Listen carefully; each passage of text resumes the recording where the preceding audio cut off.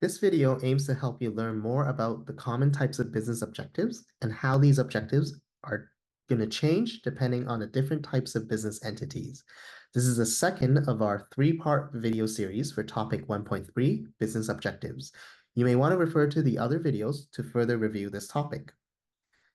This topic will be tested at the AO3 level. Okay? If you're wondering what these assessment objectives or AO mean, you can check out our exam skills videos on the Diploma website. So let's get started.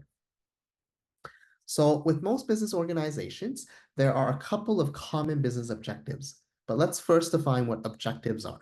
Objectives are basically what a business would like to achieve. Okay, so every one of you, okay, you have goals, right? As an IB student, you would have the objective or the goal in order to achieve the highest possible mark in this business management course, and also in order to achieve the highest possible mark in order for you to achieve the grade that you need to get into university. Okay, now when it comes to objective, you might have that goal. Okay, and as part of goal setting for any individual or including a business organization, you need to break down that goal into specific things that you're going to do in order to achieve that goal. So for example, if you are striving for a level 7 in business, right, you might want to be, for example, reviewing our Diploma videos every now and then, practicing, the paper 2 cases on our Diploma website, okay, every now and then also debriefing these cases, checking your answers against the exemplar responses to see if you are on the right track, and also, reflecting on your mistakes and doing this process again to make sure that you are able to hone your skills in this business management course. Now, the same applies when it comes to an organization. Okay, they would want to set these very specific goals, okay, that can be quantifiable, okay, in both the short and the long and the medium term. So then they can do, checkpoint progress checks and reviews to make sure that, they are reaching these milestones at every step of, their goal towards the objectives. So you'll see that when it comes to objectives, they are specific, they tend to be quantifiable. And when setting these specific and quantifiable goals, okay, we want to also put a time frame to it. Okay, so in the short term, the business would want to achieve, a 10% sales revenue growth. Okay, and it could be in the long term, they would want to expand into a new country. That could be an also part of the objective for a business. So when you see objectives, they are measured and they are used to help control the performance of the business as a whole. Okay? It is very important, okay? And objectives usually falls under the mission statement, where the mission statement, remember, it tells why the business exists, the core values of the business, okay? And it also helps with decision making for the business, right? And objectives then makes it a little bit more clear, okay? How do we make sure that we are living up to our mission statement of our existence, okay, as a business? And how do we live up to our core values of, let's say, delivering quality products, for example? So this is where we break it down into specific things that are actionable, okay, and executionable for the business.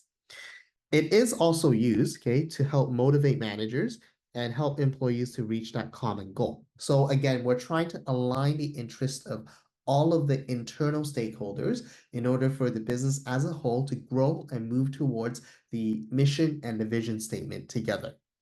And it does serve as the basis of decision making and help the business formulate strategies. Okay, so again, these would be sort of the roles of objectives.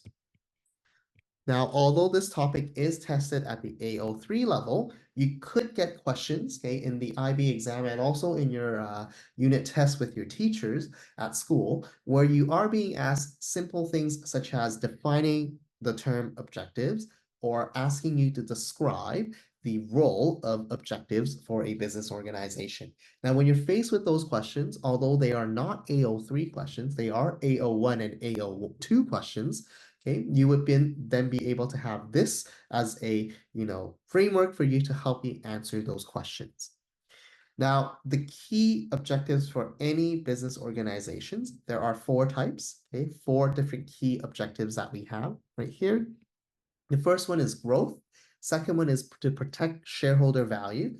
The third one is to make sure that the business live up to ethical objectives. And the last one is obviously in order for a business to continue its operation, the business needs to make sure that they're able to make a profit. So let's start off with the first one, which is growth. Okay. When it comes to growth, okay, as a business objective, we're talking about the business is trying to increase the size of their business. Okay, so this could mean that you're increasing the size of the business in terms of making more revenues, okay, and hiring more employees, or having a high market share within the industry that the business is operating in. Okay, and generally speaking, with a larger business, they're able then to spread more risks because larger businesses are not reliant on a single market, for example. Think about large businesses such as Walmart. Walmart has operations in many parts of the world. Okay, it might even be operating in your home country. And the reason why Walmart expanded from the US, where they originate from, to now, let's say in China, to let's say in Japan, for example, or like Korea, is because they are trying to spread risks. They don't want to rely on all of their, revenues from one single market in the US. Okay, let's say if the economy in the US doesn't do very well, then they have, the revenues from the other markets, okay, to help them continue its business and help them continue to grow.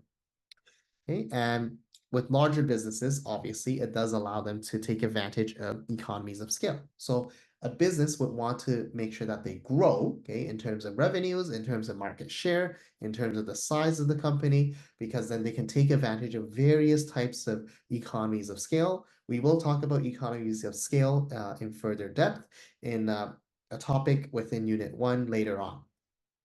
The second key objective is to protect shareholder value. Now, want to continue learning the content? Visit diplomely.org for the full video and access more BM resources.